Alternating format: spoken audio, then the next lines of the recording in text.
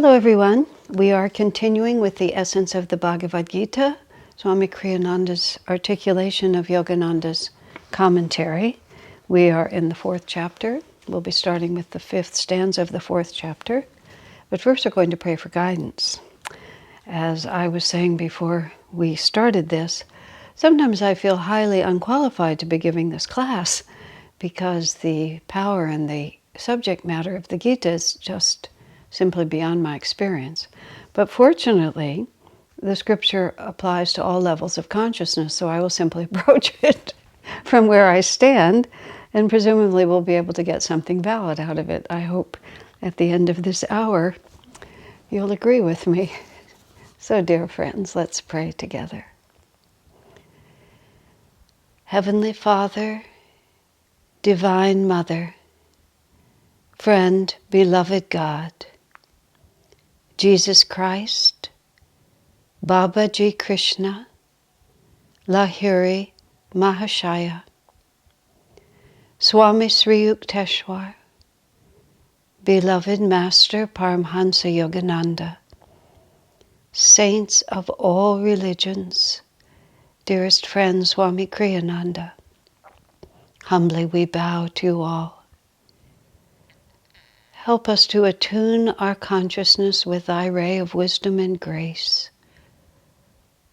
that we may understand, heart, mind, and spirit, the whispers of your guidance. Help us to translate scriptural words into real understanding and realization, that our spontaneous responses to life may grow to be perfectly guided, perfectly attuned, following of thy infinite voice within. Om. Peace. Amen. Let's have just a few minutes of meditation and then we'll start.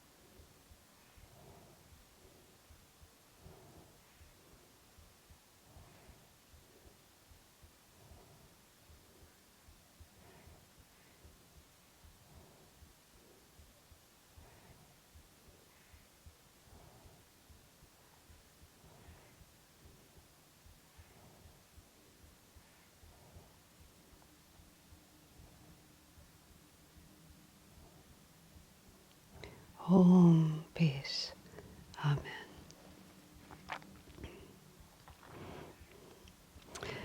Okay, friends, we are,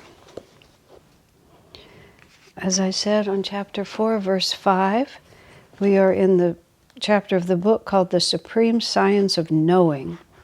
It's chapter 16 of the book, although only 4 of the Gita. I have a new pair of glasses, and I have to see if I can see through them. Oh, great. We're going to read chapter 4, verses 5 through 8. The Blessed Lord said, this is of course Krishna speaking, and he's speaking to Arjuna. Many have been my births, and many also yours.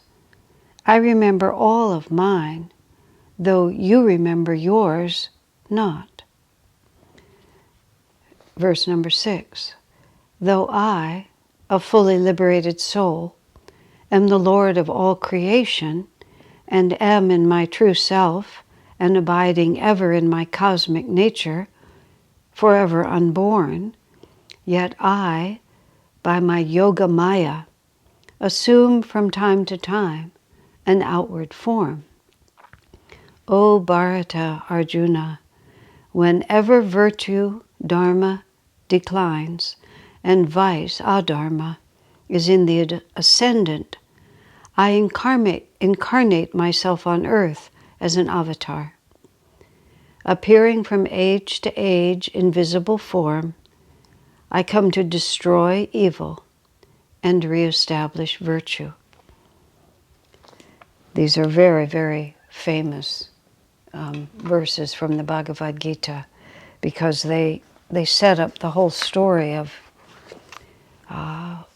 the nature of Sanatana Dharma. This is one of the, whenever I'm giving a class about Christianity, and I'm trying to explain the avatar of Jesus, I'm using avatar in that sense because it means the descent from the infinite, the descent of Jesus into human form, of God into the form of Jesus.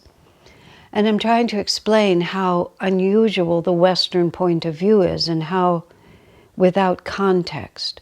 The difficulty, what's happened with Christianity is it's without context. And the conclusion of the church, because there's no context for Jesus' birth, is that revelation began with Jesus and ended with Jesus. That he was a phenomenon that happened and then will never happen before and never will happen again. And when I'm trying to explain to people how there's another perspective on it, it's this verse. From time to time, when virtue declines and vice predominates, I, the infinite spirit, take visible form on earth. The irony of the incarnation of Jesus, which is gradually being rectified by a greater understanding of the life of Jesus himself, was that those missing years of Jesus from the age of 12 until the age of 30, when he appeared on the scene, which was the missing 18 years. Master said unequivocally that Jesus was in India during those years. And it's become almost common knowledge now that during those 18 years he didn't just live with his parents and become a carpenter in his father's shop, that he was conducting an entirely other ministry. One finds it talked about as just the calm truth in all kinds of strange forms. I've referred to this children's book that I read, and I have not been able to find it again. And if anybody listening to this can find it for me, I would be very grateful. It was published by a Catholic publishing house, and it was published, I believe, by an Irish or a Welsh writer-illustrator. And it was about among other themes, it was about a secret brotherhood of sages. And the 3 wise men were a part of that, and they came to visit Jesus as a child. This is exactly what Master says. And then at the age of 12, Jesus went with Joseph of Arimathea. And Joseph of Arimathea was one of the wealthiest people of that time. And there's other stories about him, that he was a trader, that he had, not traitor, but one who traded in goods, and that he had ocean-going vessels. And he was widely traveled. He took Jesus, and they took a long journey, which went for a long time to India, in which Jesus visited other sages, including the 3 wise men who come to visit him. It's exactly the story that Master tells, except this story even embellishes it even more. And it was a children's book, and it was published by a Catholic publishing house. And for the life of me, I did not dream it. It really happened. But I've never been able to find it again. But when I read that, I thought, this is really becoming just what people say. They just talk about now.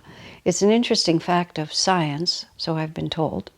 Reading about great scientists, Swami was fond of saying it, and he quoted the name of some very well-known scientist that I no longer remember, he said, it's not really that living scientists become convinced of a new theory. He said what happens is that a new generation of scientists grow up with that new theory, and it just becomes accepted knowledge. And I was thinking that spiritually speaking, many of these things are becoming just accepted knowledge, so a new generation of truth seekers just takes it for granted. So the entire difficulty with Jesus is that they do not understand what an avatar is.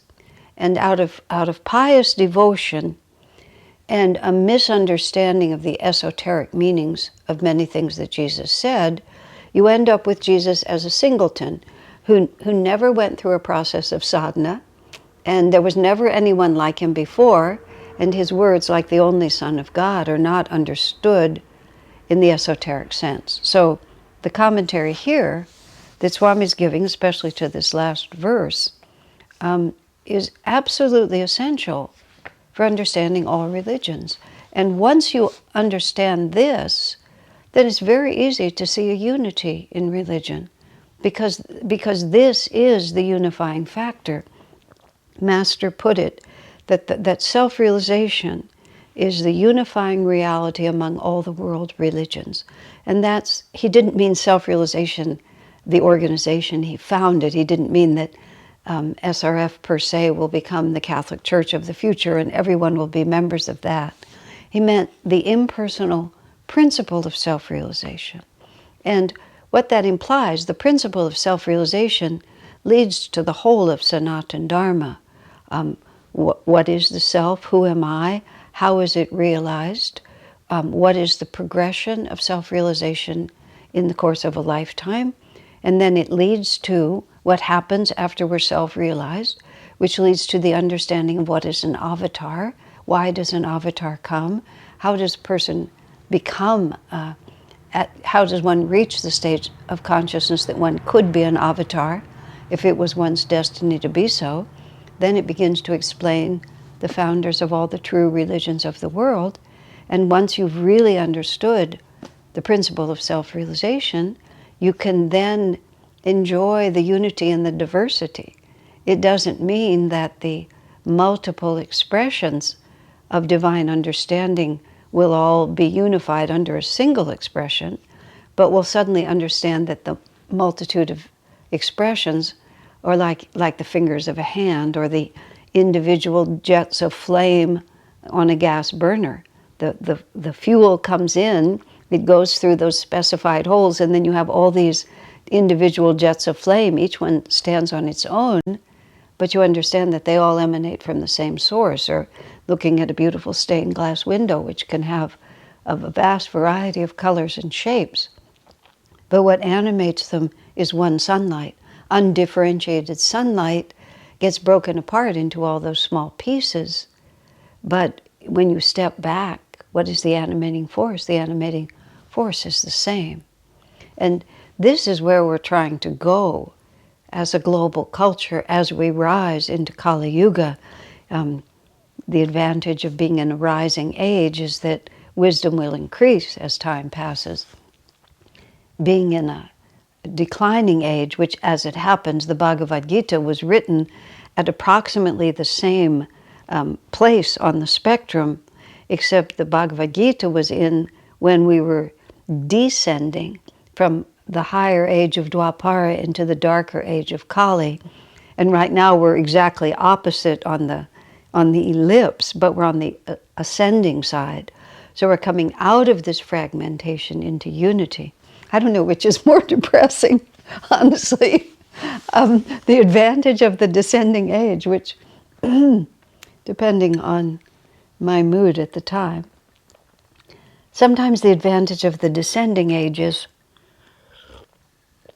you get to turn your back on the whole world because there's no possibility of building something that will last. Everything's going to be obliterated by the Philistines, as you get lower and lower in the age.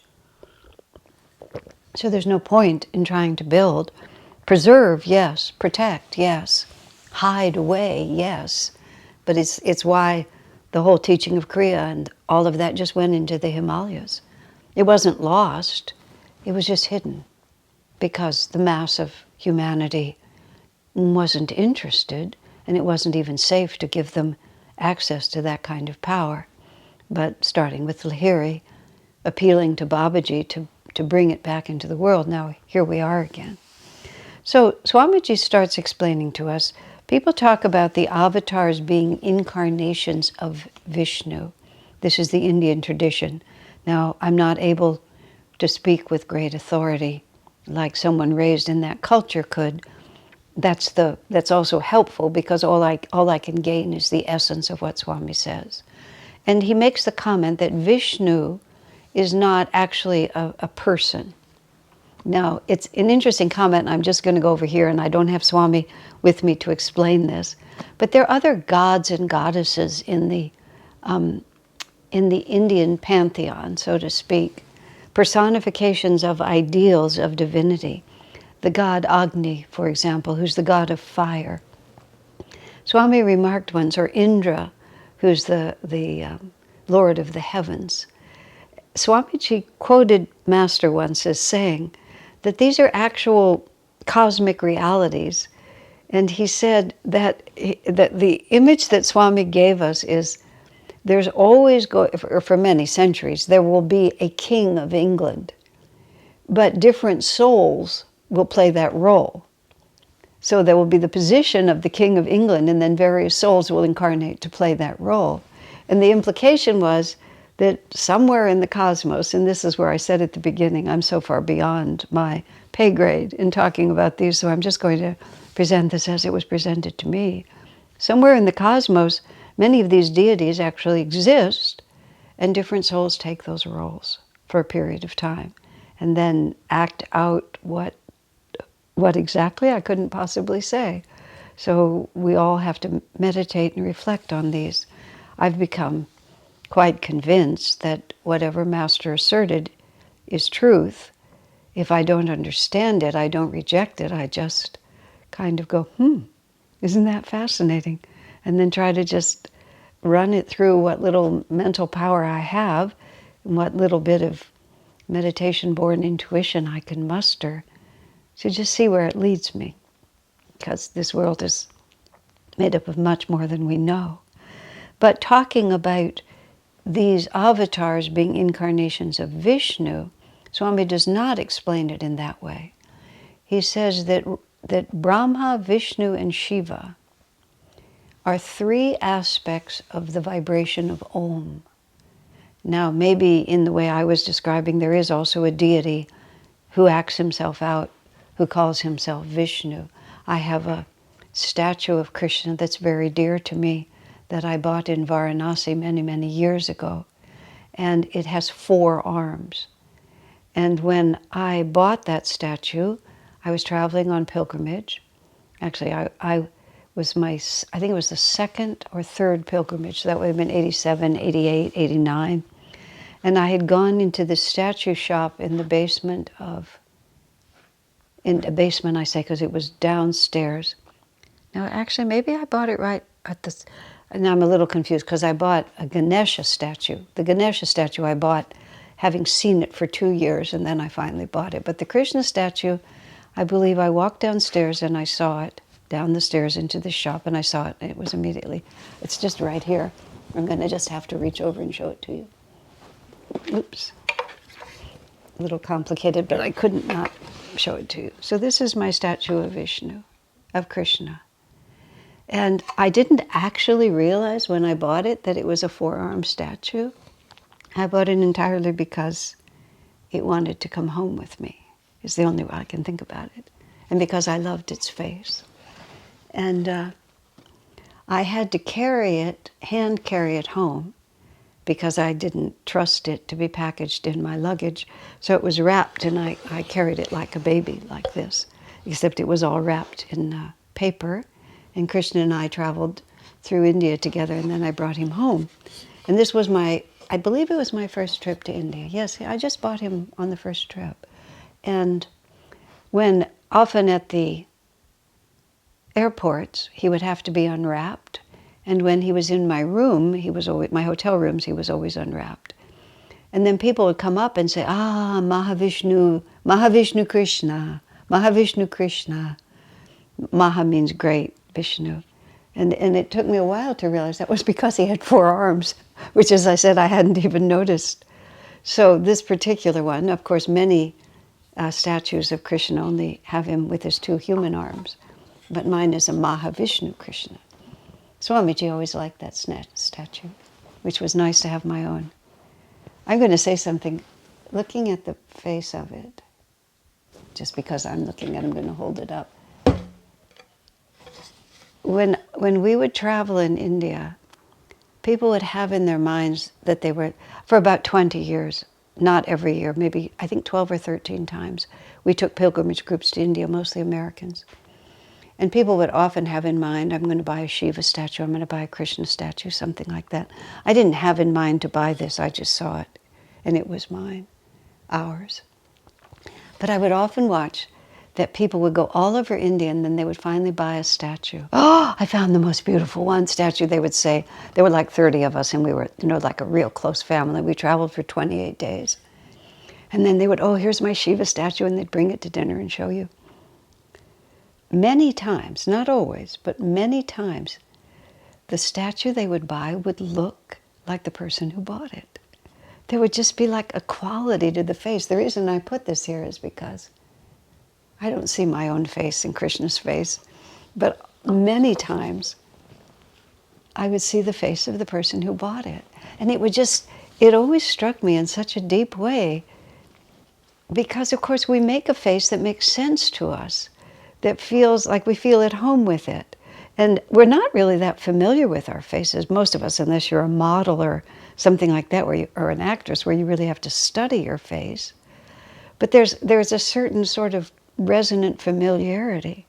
So it would always amuse me. That's what I said. It was sort of like you would see it and you would recognize somehow this belongs to me, because it really would belong to you. And it's like we are all made in the image of God, and then sometimes God isn't made in the image of us.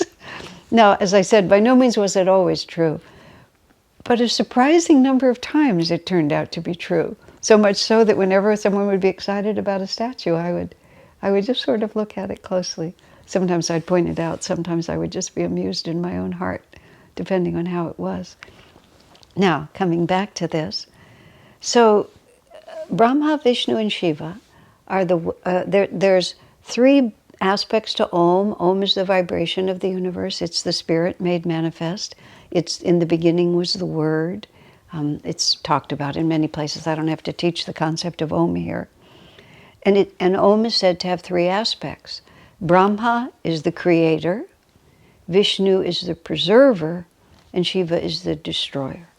Because if you think about the cycle of creation, that's how it's always going, isn't it? It's always being recreated, then it's maintained for a period of time, and then it dies away. I mean, that is our life cycle. We're born, we exist, we cease to exist. This just goes on and on. Several people in my world have been diagnosed with the kinds of illnesses that often lead to the end of the body. And, it's a very interesting thing when the Shiva energy comes. It just comes. In our society, we have what Daniel Brinkley called life greed, where even when the soul is trying to separate from the body, we try to just squeeze out a little more. One of my friends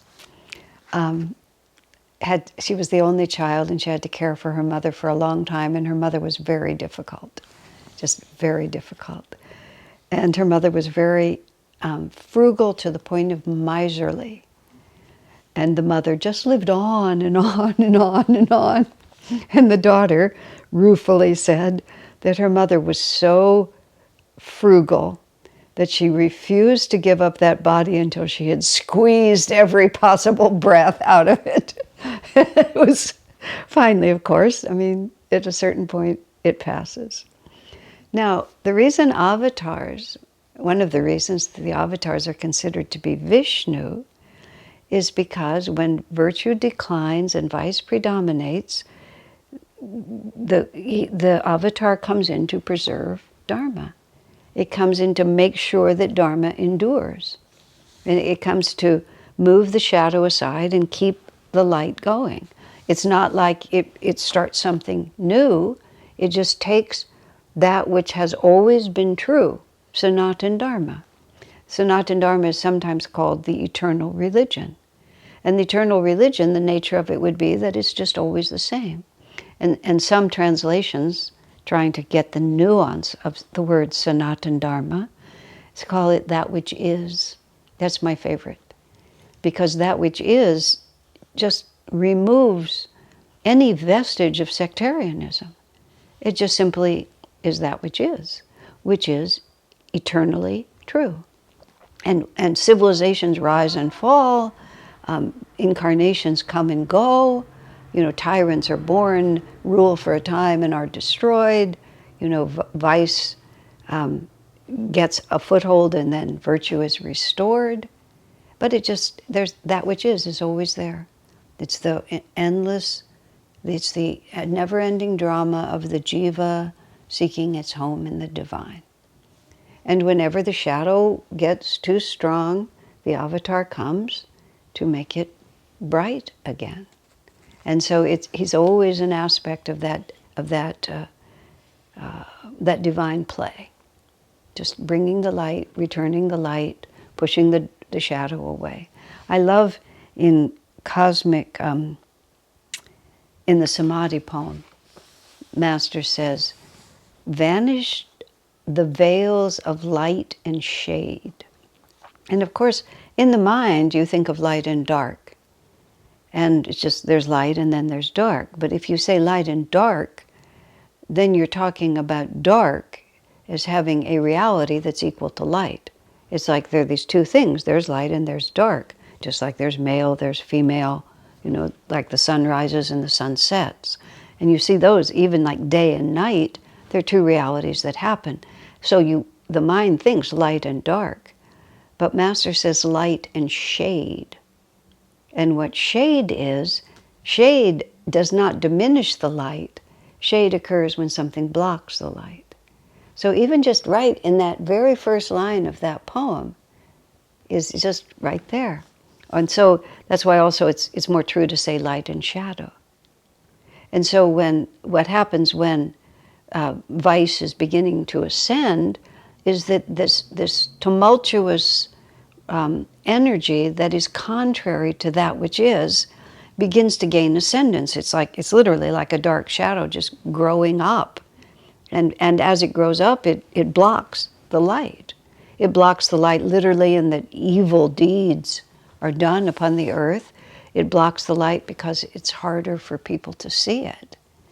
But the light itself is never diminished. I am reading a book. I'm always so enthusiastic that I tend to recommend books when I just start them. And then sometimes it turns out as I read farther but I can't help myself. I'm at the beginning of this book, the name of which is called Everyday Saints, and I can't remember who the author is, but it's a Russian name. This is translated from the Russian. It's a relatively new book. In the last 15 years book. And it's this Russian monk, And he's right in the Russian Orthodox Church, and it's modern times, last 50 years. And he's just writing about his brother monks, all of these sort of very little known, deeply devoted souls, many of whom are really quite remarkable. And he just tells stories about their lives, and they're just marvelous. And one of the reasons I was actually interested in this is because many of these souls carried out their spiritual life through the very atheistic communist era in Russia, and yet still managed to maintain their spiritual life, although some of them went to the gulag. Some of them were imprisoned even for long periods of time during the worst of that oppression, and the monasteries were often, it's sort of hard to understand because I didn't live there and he doesn't bother to explain it, but there was sort of a delicate balance between this extremely atheistic, anti-religion government and the religious organizations, which just seemed to keep going through this. So I don't know how that balance was maintained, but the point here is one of the very, very saintly souls that he described, whose name happened to be John. Most of their names, that's why I can't remember it, or names I don't recognize because it's not my culture, but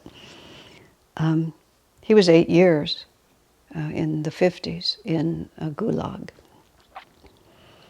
And that was not well known by the author of the book, who met him much later, but then it came out. He eventually learned. And the man was tortured, and many, many terrible things happened to him. But the father, the monk, said, "It was the happiest period of my life," he said, "because there was a fervor to my prayers that I've never been able to match since then." And he said, "I know that difficult and bad things happen to me, but I can't remember any of them." He said, "All I can remember is how very close I felt to God during that time." So, you see, shade, vice can predominate and shade can come in, but shade is only blocking the light. And therefore, if with the grace of God, that's the only thing you would have to call it, if with the grace of God you can penetrate that shade, you'll discover that the light is always there. And interestingly, the same comment was made by Immaculée Ilibagiza, who spent 7 months, no, I don't think it was 7 months, I think it was 3 months, but I might be mistaken, but it was some months, with 7 women in a small bathroom during the genocide in Rwanda. And she was hidden by a very brave friend who hid all these women in this small room and kept it hidden. It was in his own house, and he kept it hidden from his family that they were there because it was too dangerous for anyone to know. And meanwhile, her entire family was slaughtered and all of her people were slaughtered. And she survived with the Bible. But of course it was extraordinary. It's hard even to think about these things. But she said, "I've never felt so close to God." So it's very, very hard to understand the balance of light and shade. And there's a natural fear of being put into circumstances like that. But there's also a natural grace if God so chooses to put you there. These are things I'm saying to encourage us all. I do not see coming to us immediately the possibility of having to endure those kinds of conditions, but this is being recorded in the year 2020, and we don't quite know what the future is in the USA where I'm living. Things are very uncertain, so the mind goes in lots of directions. The reason I was interested in the Russian book was, in America we're so comfortable.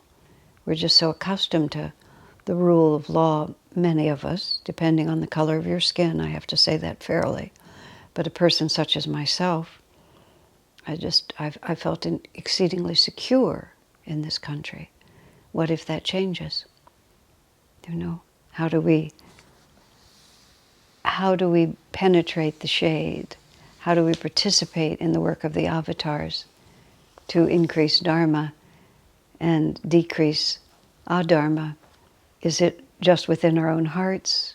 Do we take action? All of these are very, very important questions. Now Swamiji addresses the issue because Sanatana Dharma, see, one of the principles of Sanatana Dharma, which is exceedingly important, is that an avatar, Buddha, Krishna, Rama, Ramakrishna, Yogananda, Babaji, any of these avatars, even though they now have attained a state of oneness with God, at one point they were a jiva moving through the stages of self-realization, just like you and me. I find this, I get tremendous solace from this fact in this way. Master is reputed to have said that he remembers all the way back to his individual consciousness being a diamond. Now, the practical mind says questions like, was he the whole uncut diamond, or was he just a small diamond that was already made in the shape? And then what happened to the other pieces of the diamond? I can't answer any of those questions, and Swami isn't here, and Master isn't here to answer. But what Master is really trying to say is that he came through every stage of evolution that any jiva comes through. Now, if you don't think of it in terms of was Master an American in California in the year 2020, because, well, here's an interesting question. An attorney that I was working with who was involved, one of Ananda's attorneys who got to know us well, asked me a question about reincarnation that I'd never considered. He said, can you incarnate backwards in time? Can you live in modern America now and then medieval France, and then with the American Indians? And he only asked if you can go backwards in time, not can you go forwards. How did I know? But fortunately, I could ask Swami these questions. His answer was interesting. No, he said, you incarnate progressively in time because incarnating in a material body is within the realm of time. So because you're in the realm of time, you're bound by the rules of time. So it isn't as if Master has to be exactly here, but my incarnation as Asha, born in 1947, all the things that happened to me, everything that I've been through in this lifetime, is a vibration of consciousness. I mean, just like if you look at a piano, each note is a certain, however they define it, but there's an actual number, the vibratory number of whatever the sound wave is. Each one represents a certain measurable sound. In the same way, or by the same principle, the consciousness that I have, or the consciousness I've been through in this lifetime, is a recognizable vibration of consciousness somewhere between complete delusion and God realization. And so every vibration, if the avatar starts at where everybody starts, and has to progress, because evolution for all of us is a seed that gradually grows. It's not like we're sort of here and then we can just skip all these stages. You've often heard me say this, but it's exceedingly important for our own equanimity as devotees, which is the seed has to go through every stage. It can't just become something it wasn't. It can't be the seed and then be the sapling. I use the apple seed and the apple tree because it's so obvious. But the seed will become an apple tree. The potential to be an apple tree is inherent within it, but it has to go through absolutely every stage before it can become an apple tree. If you sort of, cut it off as a sprout and want it to immediately be a sapling, it's impossible. It's not that which is. So we have to evolve through experience, that we gradually realize higher and higher states of awareness. We realize them in this sense, that I understand that this will bring me greater happiness and help me to avoid suffering. And so it's not like a theoretical understanding. It becomes, this is how I respond to life, because every sentient creature has two desires. One is to escape suffering and the other is to experience happiness. And that's what drives us to God, because that which is irrefutable and consistent. That which causes suffering is irrefutable and consistent, and that which causes happiness is irrefutable and consistent. But Maya, the shade, comes in, and we get these really dumb ideas. Just like, I mean, Swami just used the word, we're just stupid, is what he said. We're just stupid. I mean, it only looks stupid afterwards. At the time, it always seemed like a good idea, or else we wouldn't do it. So we go through all those vibrations of consciousness, and whether we manifest it on this planet or another planet, whether we manifest it in a male or a female body, whether we manifest it as wealthy or poor, whether we learn it through physical suffering or through great success, or all of these in combination, which is more likely. Swami asked Master if we always incarnate on this planet. And Master laughed and said, oh no, there's countless planets to go to. If we need Kali Yuga descending, we have to go where Kali Yuga is descending. If Earth happens to be, moving through Satya Yuga, and Satya Yuga is not helpful to us, we have to go someplace else. We go to the country and the culture and the time, and with in the company of or in the absence of whoever and whatever. But all of it, if you could reduce it to mathematical formulas, when we have this circumstance and these responses is vibrating at 217 or whatever, however you want to think about it, it all reduces to metaphysics, which is the greater kind of physics. So Master, if he started as a diamond or whenever he wants to count his beginning, as a jiva, as an individualized spark of divinity, which is eternal, never changes, once that spark of divinity began its long incarnational cycle to merge back into God, it goes up the entire keyboard. It goes through every single number, which means whatever I am experiencing, whatever thoughts are in my mind, whatever discipline or lack of discipline, whatever emotional reaction, whatever suppressed feelings, whatever fears, if I just translate it into a metaphysical formula of a certain number, somewhere on the scale between delusion and freedom, every avatar stood and vibrated exactly as I am vibrating. Now, what that does, if you can really take that deeply inside yourself, opens us up to a relaxed relationship with the divine. It's like we're reminiscing with our favorite uncle. Oh yeah, I remember when we were both kids and we went behind the barn and we smoked those cigars and we felt so nauseous. I mean, just think about it. You get with your friends. Oh, I remember a friend of mine, let's see, someone at Ananda. She went to visit her parents. This was ages ago, but she went to visit her parents, and for some reason they went out to play miniature golf. Just something to do with your parents. So they were out there and they were playing miniature golf. My friend was already living at Ananda by now. She was probably 30. And she said something like, oh, this is fun. I've never done it before. And then a certain look went over her parents' face. And she remembered that when she was in high school and wanted to do something that her parents wouldn't have approved of, she always said that she and her friends were going to play miniature golf. And it was like, there it was. And she said in the moment even she couldn't quite just say, oh yeah, I lied to you for years. Instead she said something, since I can't remember when. So it wouldn't actually be an untruth.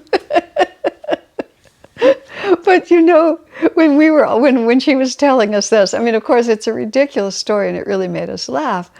And sometimes kids with their parents, there's a point in the relationship where you start telling them what you were really doing. I mean, now that it's really behind you, you can talk about what you were really doing, and now they don't have to be so scared because you're not doing it anymore. And the stories are often really, really funny because we're crazy when we're young sometimes. Some people are crazy and we just do all kinds of daft things. Now, imagine when life review comes, or even more when God realization comes, and it's just all behind us and it doesn't make any difference at all. And it's funny.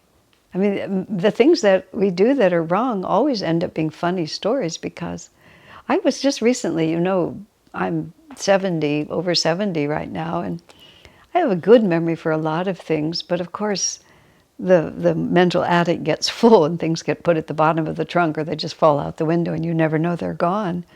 But recently, I came to Ananda when I was 22, and I started remembering some of the things that I did in my 20s. I mean, I was totally committed to Ananda. I was totally involved with Swamiji, and I don't know what I was thinking.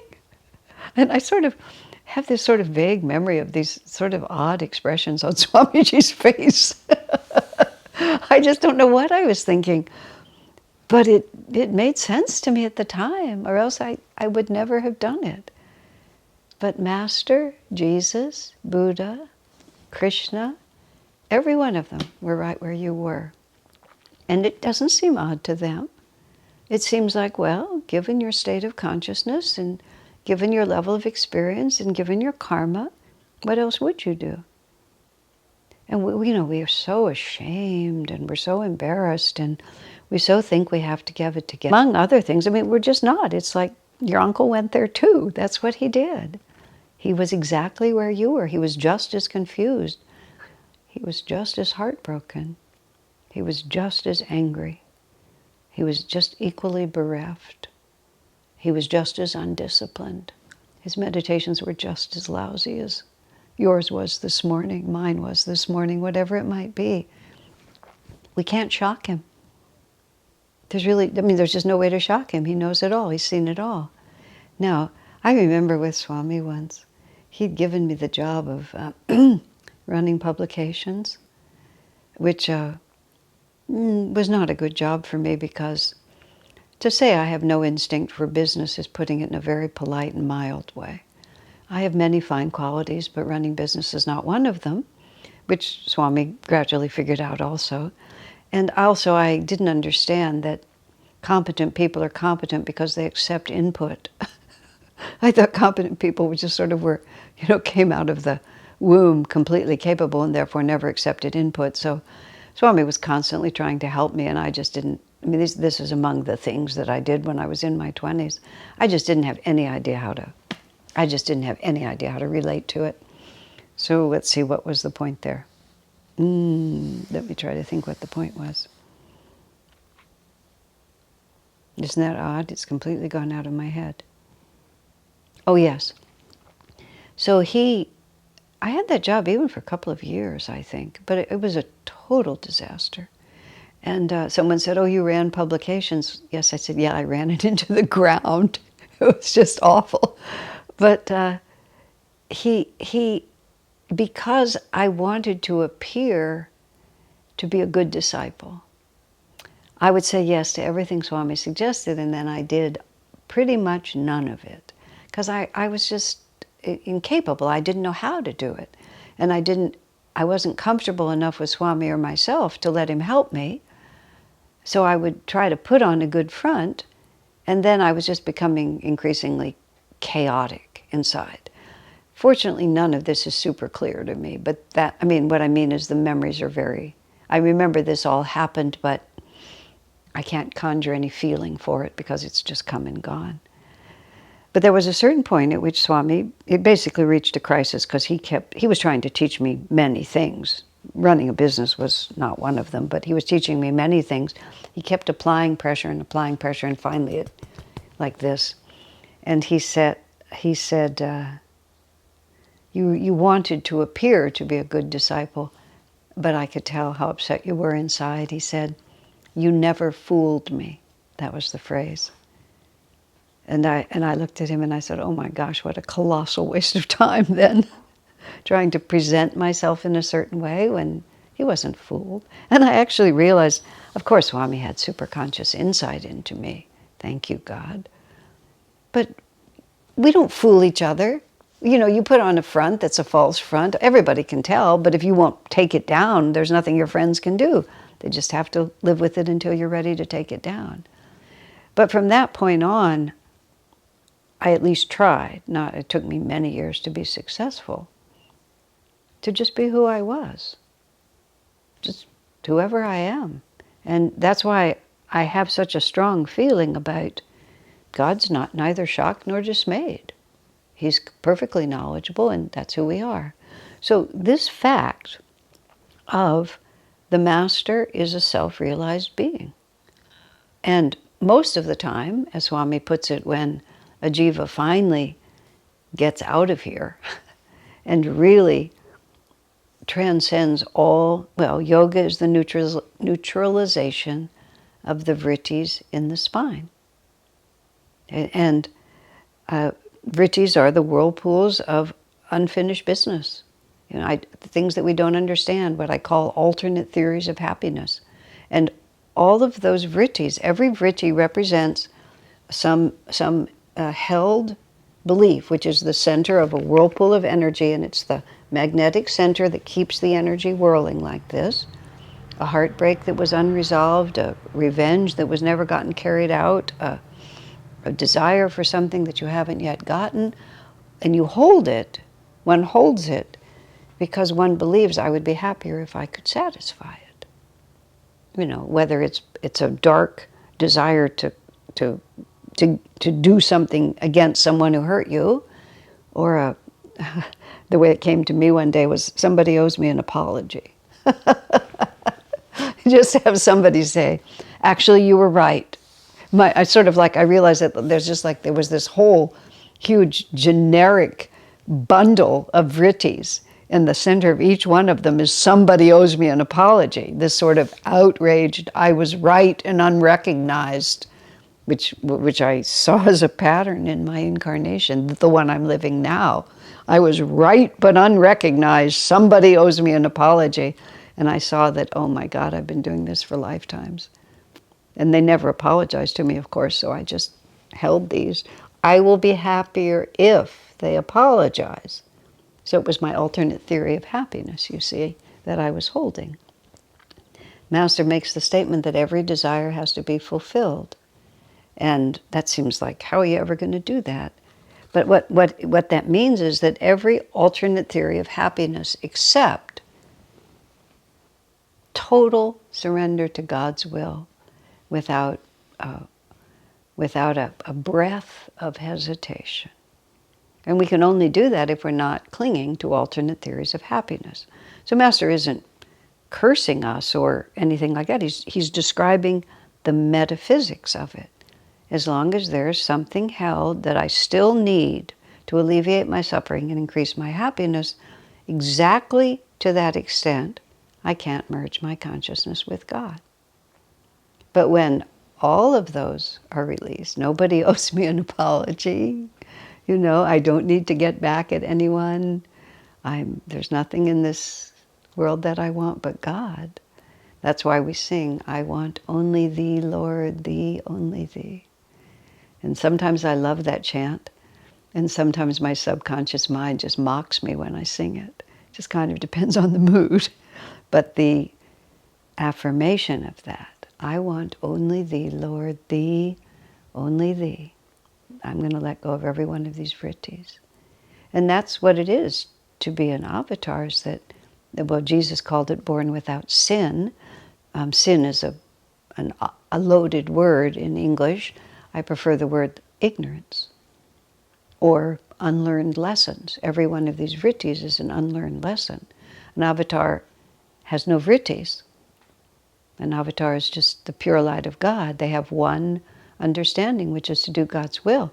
Now that may cause them to be deeply committed in this world, because all the masters have the same consciousness. Every self-realized being has the same consciousness, but some of those jivas have big assignments. And that's why we tend to call them great masters, because they have a great mission. Jesus had a huge mission to carry out. Krishna But there are many self-realized masters. Swami refers to one that he met in India, whom Master also met, who was completely free. He was a God-realized master, almost entirely unknown. His mission in the world was essentially non-existent. And his response was, God has done what he wants to do through this body. But Master had this magnificent mission, but he had no vrittis.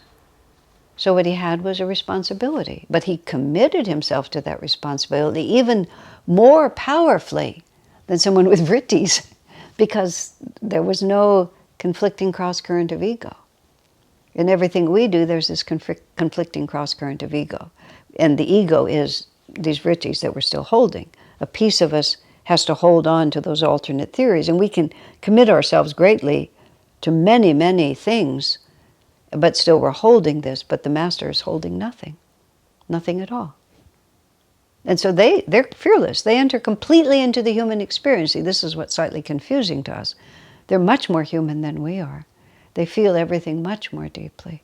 They experience the ups and downs of this world without a filter, virtually. But they have no alternate reality that they're trying to assert. So their experience of this world is completely different. And it's not, all suffering is because we want things to be other than they are. And we sort of say common sense, but this is bad and this isn't. Well, everything is the same manifestation of God, so why is that bad? Because I don't like it, because I'm holding an alternate theory. And the Masters aren't. But nonetheless, the Master comes to restore the light, to maintain Dharma, to maintain the light. And so he has to do battle against that which shadows the light. So, he's grappling constantly, and the shadow struggles against him to try to extinguish the power of that light, and the avatar has to be committed to carry this light, and the battle is huge on every level, causal, astral, physical. It happens all the time. I mean, all simultaneously, this constant battle. And there's these worlds that we can't see. Anandamoyi Ma was famously known to just get up and move to another part of India. Before the age of the internet, Anandamoyi Ma lived until 1982, which was actually before the age of the internet. But I never met her, but my friends who would go and see her, you would go to India and you would have no idea where she was in India. And you would have to just try to find out. And everybody who's visited Anandamoyi Ma, during the, who had that kind of experience, they'll tell you the story, and it's always, almost always, some miraculous story of coincidence after coincidence, until they finally are drawn to her, because of course it's by her will that they find her. But she will just get up in the night and just move. And sometimes it would be because she would say there was an astral war going on in that location, and she moved her light there. She was called to be a force of light. So we really don't know what's going on. When Swamiji would teach, especially during the first 20 or 25 years, probably even 30 years that I knew him, he would share these teachings as if he was at war with someone. And I don't mean that he wasn't kind and wonderful and funny, but it was like the force he would put out. And I reflected on it. This is how I wrote it up in my book, Light Bearer, the book Light Bearer.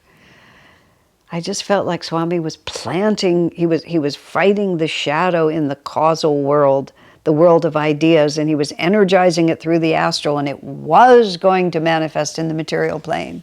And we were going to absorb it and then, go forward like that. And we did. It worked. I mean, such a power, But very different than us, but at the same time exactly the same as us. So here we are. We're just little seeds becoming an apple tree, all in accordance with God's plan, exactly where we're supposed to be, becoming exactly who we are meant to be. So my friends, God bless you.